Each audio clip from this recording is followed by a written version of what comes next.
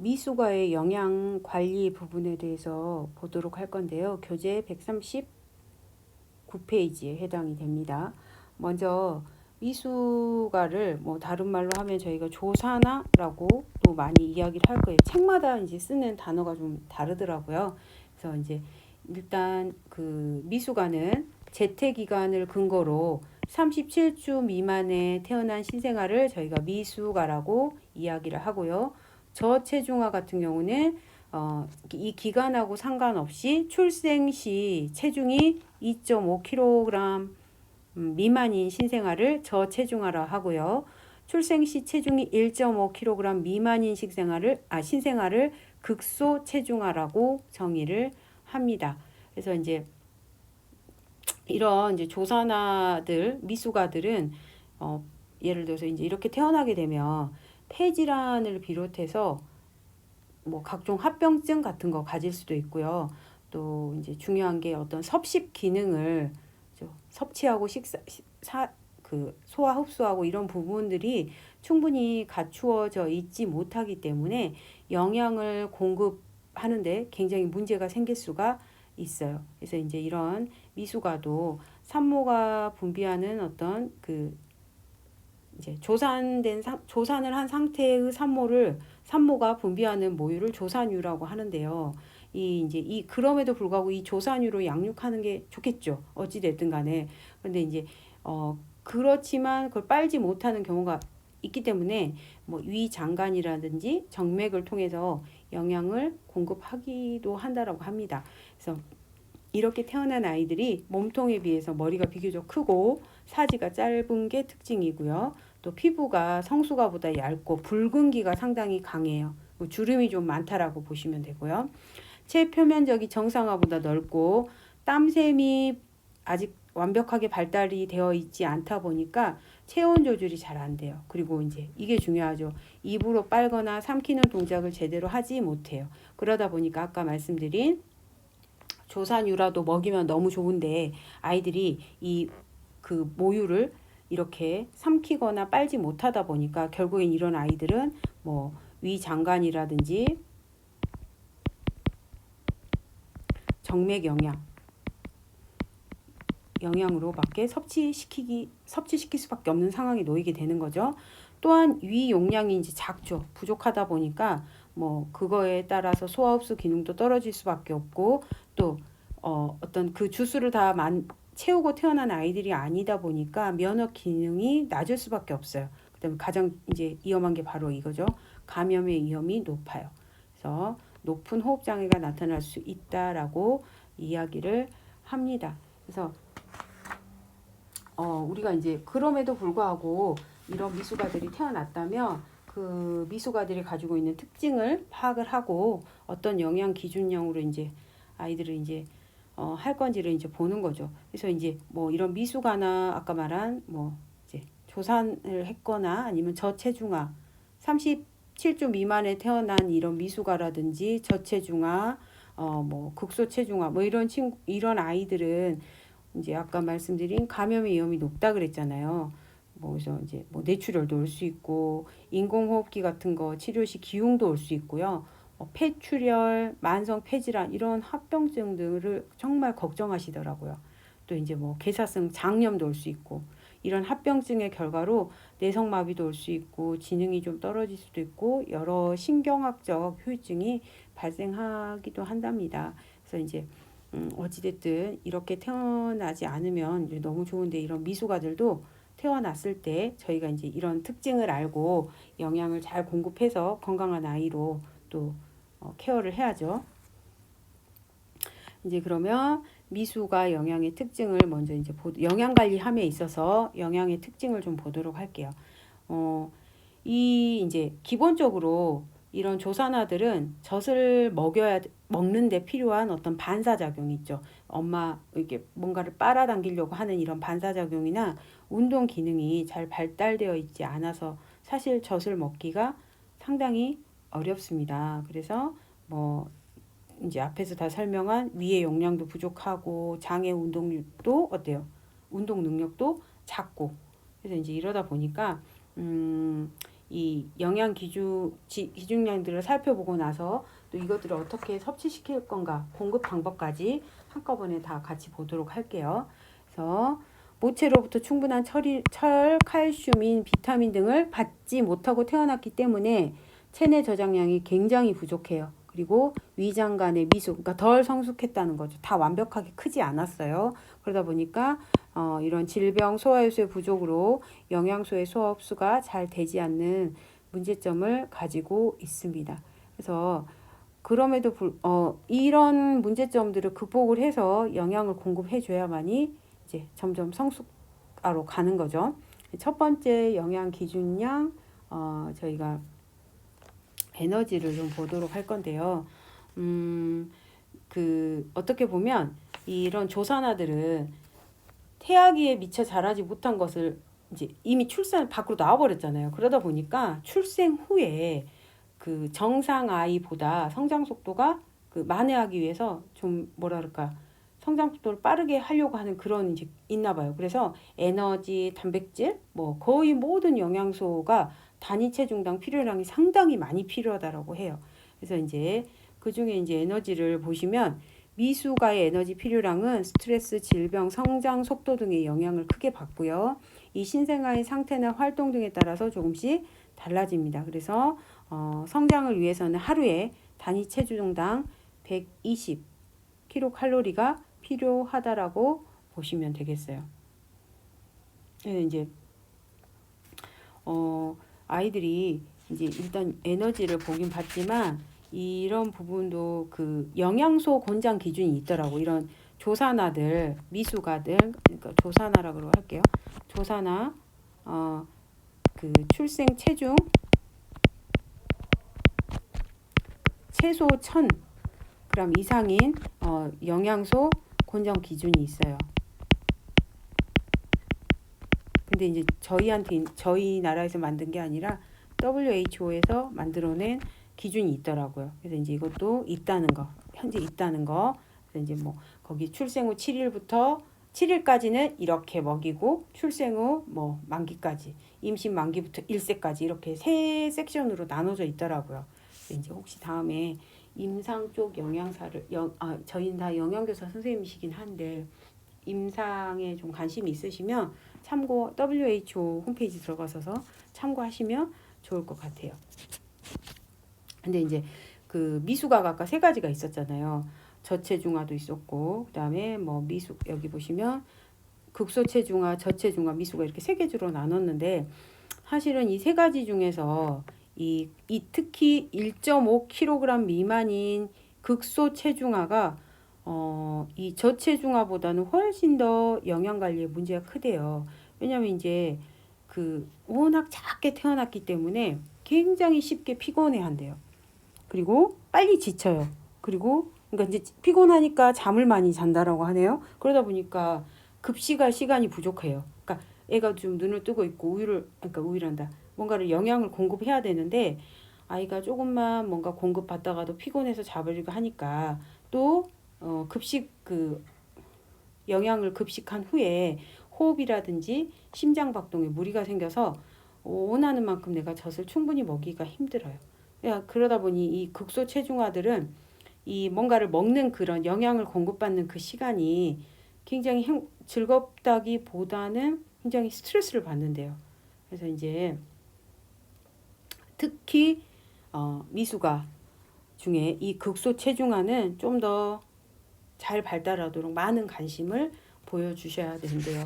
정말 그 케어가 쉽지 않다라는 걸 보여주는 이제 예죠, 예. 그래서 정말 힘들겠더라고. 병원에서 물론 인큐베이터 안에서 우리 이제 그 관리를 해주시는데 그만큼 굉장히 뭐라 그러죠? 민감하고 그죠? 아주 굉장히 케어하기 힘들 것 같아요. 생각만 해도. 그래서 이제 에너지 필요량 봤고요. 두 번째 단백질 볼게요. 미숙아는 얘도 마찬가지예요. 아까 첫 번째 제가 말씀드렸잖아요. 이런 미숙아들은 이 완벽하게 정상으로 태어난 아이들보다 더 잘 크려고 하는 그런 게 있나 봐요. 다 모든 게 많이 필요하다 했잖아요. 그래서 이 미숙아에 있어 단백질도 체중당 필요량이 상당히 높아서 일일 단위 체중당 3.5에서 4g을 권장하고요. 모든 필수 아미노산과 타우린, 시스틴의 충분한 공급이 필요해요. 타우린하고 시스틴을 공급을 해줘야죠. 왜냐하면 태어나서 모유를 먹는 아이들은 모유에 아까 완벽한 필수 아미노산 조성을 가지고 있다고 했잖아요. 모유가. 얘네들은 먹죠. 모유를 섭취함으로써 몸에 남기는데 이 미숙아들은 지금 못 먹잖아요. 모유를. 그러다 보니까 타우린과 시스틴을 대사작용을 도와주는 이 시스틴 필요하고요. 타우린도 필요했죠. 그죠? 백혈구의 항산화 작용 제가 말씀드렸잖아요. 그래서 모유로부터 먹지 못하는 이 성분들을 반드시 섭취시켜줘야 되고 지질 같은 경우는 췌장 리파제 및 담즙의 분비가 낮아요. 그러다 보니까 이 미숙아들은 지질의 소화 흡수 능력이 상당히 떨어져요. 그러다 보니까 이럴 때 이 아이들은 소화되기 쉬운 MCT를 첨가한 미숙아용 조제를 공급하라 그랬어요. MCT가 뭐냐면 아까 제가 생략한 137페이지로 가시면 특수 조제유의 종류에 마지막에 미숙아 조제유가 있어요. 여기 있죠. 성장에 필요한 단백질, 무기질, 비타민 등 영양소를 보충하고 지방의 흡수를 위하여 MCT를 증가시킨 게 바로 미숙아 조제유예요. 그래서 미숙아나 저체중인 영아를 위한 조제유인데 MCT는 뭐냐? 거기 교재에 나와 있죠. 중간사슬 중성지방으로 탄소수가 8개에서 12개 12개로 구성된 지방산이 담즙의 도움 없이 소화 흡수가 가능한 지방이 바로 이 MCT예요. 그러니까 이제 말 그대로 탄소수가 8개에서 12개를 가지고 있는 중성지방이다라고 보시면 돼요. 그래서 이제 이것들을 넣어주면 미숙아들이 충분히 지방도 어떻게 한다? 섭취시킬 수 있다라고 보시면 돼요. 네 번째 이제 비타민은 미숙아는 지질의 흡수가 잘 되지 않아. 그렇죠. 지질의 흡수가 되지 않아서 MCT를 첨가한 조제유를 공급하라고 했어요. 그러다 보니까 비타민 E를 흡수하고 또 그것을 이용하는 이용률이 떨어집니다. 그러다 보니까 지질의 근본으로 PUFA를 권장하기 때문에 비타민 E의 필요량이 높아진다. 이제 부족하니까 비타민 E를 흡수시키기 위해서 지질의 근본으로 얘를 이제 권장시켜줘요. 그러다 보니까 당연히 비타민 E도 따라서 많이 먹어야 되는 거죠. 이 PUFA는 다 들어보셨을 거예요. 고도 불포화 지방산입니다. 고도 불포화 지방산을 권장을 이걸 지질 근본으로 먹이기 때문에 당연히 비타민 E도 많이 필요해요. 왜 이제 그게 있으면은 비타민 E가 흡수되니까요. 다섯 번째 무기질입니다. 무기질은 이제 미숙아들은 칼슘의 흡수가 충분하지 않다 보니까 이때 아이들이 골감소증이나 구루병이 상당히 나타나기 쉽대요. 그러다 보면 이제 골격이 크지도 않고 크지도 않죠. 그러면 우리는 일단 골격을 성장시키고 또 석회화를 만들어주기 위해서는 반드시 칼슘이 필요해요. 그래서 칼슘의 미숙아의 체중 권장량은 체중당 200mg이 됩니다. 그래서 이제 이만큼이 필요한데 그럼 먹이려면 어떻게 하겠어요? 그렇죠. 얘도 이제 결국에는 미숙아를 위한 조제유에 뭐가 들어가면 되겠습니까? 그렇죠. 칼슘 첨가. 칼슘이 첨가된 조제유를 먹게 되면 태아기와 같은 속도로 뼈 성장이 이루어진다라고 보시면 돼요. 그러니까 이런 것도 걱정 안 하셔도 돼요. 가서 조제유 사시려고 보면 이런 특수한 성분이 더 강화된 조제유를 요즘은 정말 많이 볼 수 있기 때문에 이제 이런 부분들이 영양 기준량으로 이제 설정이 되어 있습니다. 그래서 이제 미숙아는 뭐 에너지부터 시작해서 단백질, 지질, 비타민, 무기질 요 정도를 신경 써서 영양 관리 해주시면 되겠습니다. 그러면 이제 이런 미숙아들의 영양 공급 방법을 볼 건데요. 이제 미숙아들은 계속 제가 말씀드리지만 입으로 그 경감급식 하기가 사실 힘들죠. 그러다 보니까 이제 뭐 점점 커 나가면서 주스가 채워져서 이제 입으로 빨 수 있는 그런 상태가 되면 경구 영양을 할 수 있겠지만 일단은 저희가 미숙아의 영양 공급 방법을 이 책에서 3가지로 설명을 하고 있어요. 첫 번째가 정맥 영양이고요. 두 번째가 장간 영양, 세 번째가 경구 영양이에요. 그래서 이제 그걸 살펴볼 건데요. 첫 번째 정맥 영양에 보시면 정맥으로밖에 영양을 공급하지 못하는 상황은 위장관이 미숙하고 소화효소를 비롯한 여러 호르몬의 불균형 또는 장 운동의 기능이 떨어짐으로써 출생 직후에 장관으로 모든 영양을 주는 게 불가능한 경우에는 반드시 이제 정맥 영양을 할 수밖에 없어요. 그래서 이제 사실은 이 정맥 영양은 미숙아의 첫 번째 1차 조치예요. 이제 1차 조치란 말은 1차적으로 할 수 있는 영양 공급 방법이에요. 근데 이제 이게 또 정맥 영양도 두 가지가 있습니다. 이렇게 시작을 했지만 장기간 하게 되면은 이제 정맥 영양을 시작할 때 1차적으로는 저희가 말초 정맥으로 공급을 해요. 그런데 이제 이게 장기간 공급을 해야 되는 그런 또 상황이 올 수가 있잖아요. 이 미숙아가. 그러면 바뀌어요. 중심정맥 영양으로. 제가 말초정맥하고 중심정맥 영양은 아마 임상영양학 책에 보시면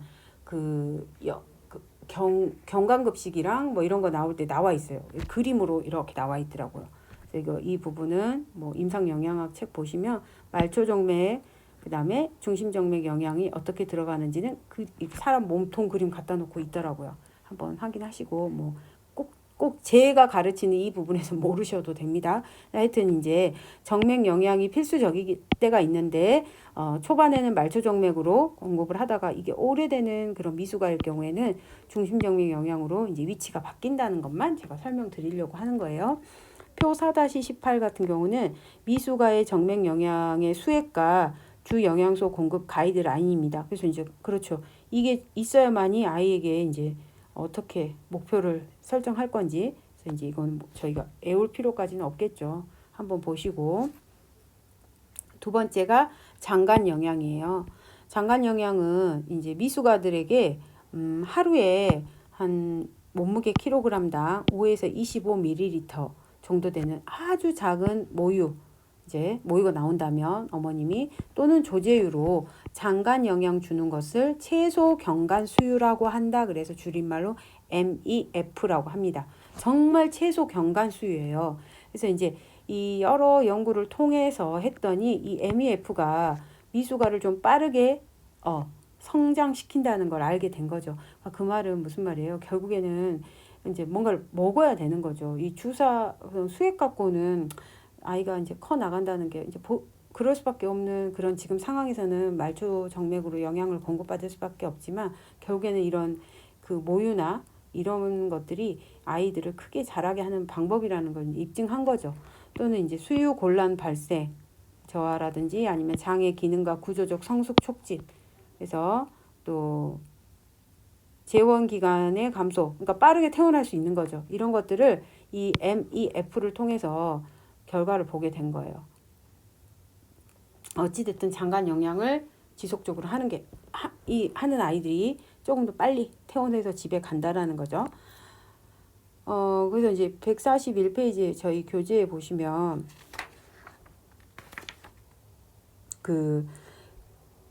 맨 아래쪽에 보시면 빠는 힘이 부족하거나 또는 호흡곤란 또는 구역 또는 폐혈증 중추신경계 저하 등이 있는 경우에 미숙아가 외부 직경이 0.05cm로 끝이 둥글고 양면에 구멍이 있는 플라스틱 튜브를 위내로 삽입해서 그 영양액이 중력에 의해서 흘러 들어가도록 하는 게 바로 이 장간 영양이라고 보시면 됩니다.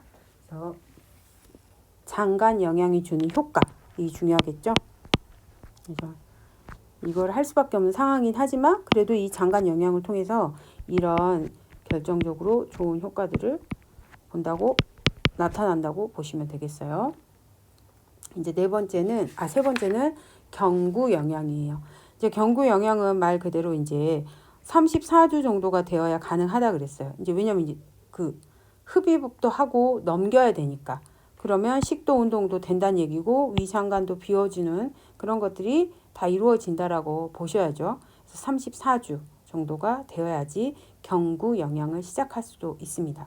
얘도 이제 마찬가지예요. 미숙아에게 있어서 가장 좋은 영양이 모유지만 또 미숙아도 성장에 필요한 어떤 영양소가 부족한 부분이 있다 보니까 또 미숙아용 특수 조제유를 많이 사용하기도 한답니다.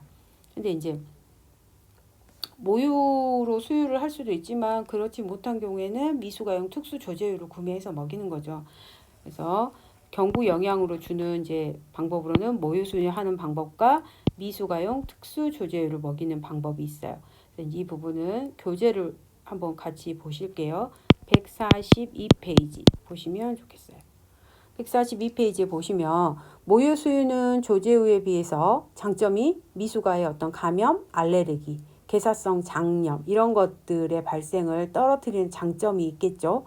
다양한 면역 성분들이 들어가 있기 때문에. 근데 이제 미숙아 같은 경우는 이 모유만으로는 미숙아는 굉장히 높은 영양 요구량을 원했잖아요. 빨리 건강해져야 하다 보니까. 그러다 보니까 모유만 갖고는 충분하게 섭취시키기에 좀 부족한 면이 있어요. 그래서 이제 요즘에는 최근 그 부족한 성분들을 보충해서 제공하는 뭐가 나왔냐? 모유 강화제. 이런 것들을 사용하기도 한대요. 이유는 뭐냐? 이유가 뭐였어요? 미숙아가 모유만으론 영양 요구량을 다 채울 수 없기 때문에 결국엔 미숙아가 일반 영아보다는 훨씬 더 많은 요구량을 원한다는 거. 그게 전제죠. 그렇죠? 더 많이 필요하기 때문에 그거를 모유만 갖고는 당연히 채울 수 없어요. 그래서 이런 모유 강화제를 요즘에는 사용한다라는 거. 그 다음에 이제 미숙아용 특수 조제유 같은 경우는 일반 조제유에 비해서 아까 그 지방을 흡수 못하니까 MCT를 첨가한 지방의 소화 흡수를 도와주는 그런 조제유 있었잖아요. 단백질 함량을 높이고 필수 지방산과 무기질을 균형 있게 배합해서 만드는 그런 이제 것들이 있다라는 거. 그래서 이제 일단 일반 조제유에 비해서 달라지는 점들을 좀 알아두시면 좋을 것 같아요. 유당을 줄이고 저중화 포도당 폴리머의 양을 늘리고 이런 식으로 결국에는 이 미숙아용 특수 조제유는 미숙아의 특성에 맞게끔 성분들을 조정한 게 바로 미숙아용 특수 조제유라고 보시면 될 것 같아요. 그래서 142페이지를 참고하셨으면 좋겠어요. 이렇게 영양 공급 방법은 이제 미숙아의 영양 공급 방법은 이렇게 이제 간단하게 우리가 미숙아의 정의와 그다음에 미숙아들이 가지고 있는 특징, 생리적 특징, 그리고 미숙아들의 영양 필요량, 그다음에 그 영양을 공급하는 방법까지 해서 묶어서 이제 보셨고 이제 이유기를 보도록 할게요. 이 시기에 영아기에 우리가 영아기 후반기에 이유식이 들어가야 하잖아요. 그럼 일단은 왜 이유를 해야 되는지를 필요성을 알아보고 또 이제 이유기의 특징 이런 것들을 이 부분에서 같이 보도록 하겠습니다. 일단 이유의 필요성 그래가지고 PPT에 뭐라고 나와 있냐면 영아의 식생활을 점차 성인의 식사 형태로 대체하는 것을 이유라고 한다. 이게 이유의 정의예요. 근데 정말 이유가 중요하다라고 느끼는 게 성인의 식사 형태로 대체하는 그 어떻게 보면은 가정의 그거의 시작점이잖아요. 이 시작을 어떻게 했느냐에 따라서 이 평생 식습관이 형성이 된다라고 해도 과언이 아닐 정도로 저는 이유식을 되게 중요하다고 생각하는 사람 중에 하나예요. 이제 물론 제가 여러분도 여러 식품영양학과 학생들도 강의하고 그 치관리지원센터에서 일을 하면서 더 이 부분을 뼈저리게 느꼈지만 사실은 이제 저도 집에서 아이들을 키우다 보니까 이 아들과 딸을 키우면서 이 이유식을 어떻게 했느냐에 따라서 너무나 지금 현재 다른 식습관을 가지고 있기 때문에 제가 이거를 이제 한마디로 실험체를 제가 해본 거죠. 그러다 보니까 이유식이 정말 중요하고 이유식을 잘 함으로써 신경 씀으로써 편식을 이렇게 예방할 수 있다라는 거 제가 느낀 사람이라서 정말 중요하다라고 생각을 합니다. 그래서 이제 일단은 아이들이 태어나면 기본적으로 한 6개월 이상이 되면은 이 모유가 아무리 좋은 조성을 가지고 있고 뭐 영양소를 가지고 있다 하더라도 이제 그 시기 지나서 성장 발달에 필요한 에너지와 영양소를 100% 충족시키기 어려워집니다. 그러다 보니까 이제 항상 이 이유식을 시작하는 시기에 대해서 이런 영양학자들 뿐만이 아니라 나동 뭐 이런 거 연구하시는 학자들 사이에서는 논란의 대상이래요. 어떤 사람은 5개월, 어떤 사람은 4개월 막 하는데 대부분이 이제 4에서 6개월 사이를 많이 잡더라고요. 근데 저는 이제 제 개인적인 생각은 4개월은 좀 빠른 것 같고요. 5개월 정도에 시작하는 게 사실은 맞다라고 하는데 책마다 조금씩 다릅니다. 그래서 이제 이렇게 기간으로 잡는 경우가 있고요. 또는 체중이 출생 시 체중이 2배가 되는 시기에 하는 것을 권장한다라고 이렇게 이제 두 가지로 봅니다. 4에서 6개월 또는 체중이 2배가 되는 시기에 이유기를 시작하면 좋겠다라고 이야기를 합니다. 그래서 이제 만약에 너무 빨리 시작을 하면 영아 비만이라든지 알레르기를 일으킬 수 있다라는 그런 사례들을 봤고, 또 너무 늦게 시작을 하면 아기가 너무 늦게까지 엄마 모유를 먹거나 이제 젖을 빨거나 젖병을 오래 사용을 하다 보니까 오히려 성장과 발육이 늦어지는 경우도 봤고, 또 영양 공급이 충분하지 못한 데서 오는 영양 결핍증 같은 것들도 많은 사례들을 봤기 때문에 사실은 진행 시기 굉장히 중요하다라고 보면 되죠. 정확한 시기에 진행을 해야만이 아이의 성장과 발육에 큰 도움을 줄 수 있다라고 보는 거죠. 그래서 모유 영양하는 일일 수유 횟수가 8회 이상으로 증가가 되어서 수유 간격이 3시간 이내로 짧아지는 때가 적당하다고 봅니다. 모유 영양화와 인공 영양은 약간 기준이 달라요. 인공 영양화는 일일 섭취하는 우유의 양이 1000ml가 넘을 때가 적당하다라고 봅니다. 그래서 이제 어떻게 보면 저는 사람마다 이제 이 기준을 잡는 게 다 다르겠지만 1번, 2번, 3번으로 봤을 때 1번, 2번, 3번이 대충 딱 비슷하게 서로 매칭 됐을 때 이유식을 시작하는 게 이제 맞겠죠. 그래서 이제 그리고 이제 가장 아이가 건강 상태에 양호할 때 시작하는 게 좋다라고 생각을 합니다. 아이도 뭔가를 먹을 때 새로운 걸 접할 때 기분이 나쁜 것보다는 기분이 좋은 게 좋겠죠. 교재 그거 전에 이제 제가 이런 이유식을 실시했을 때 유의점 몇 가지를 좀 보고 제가 넘어가도록 하려고 하거든요. 그러면요.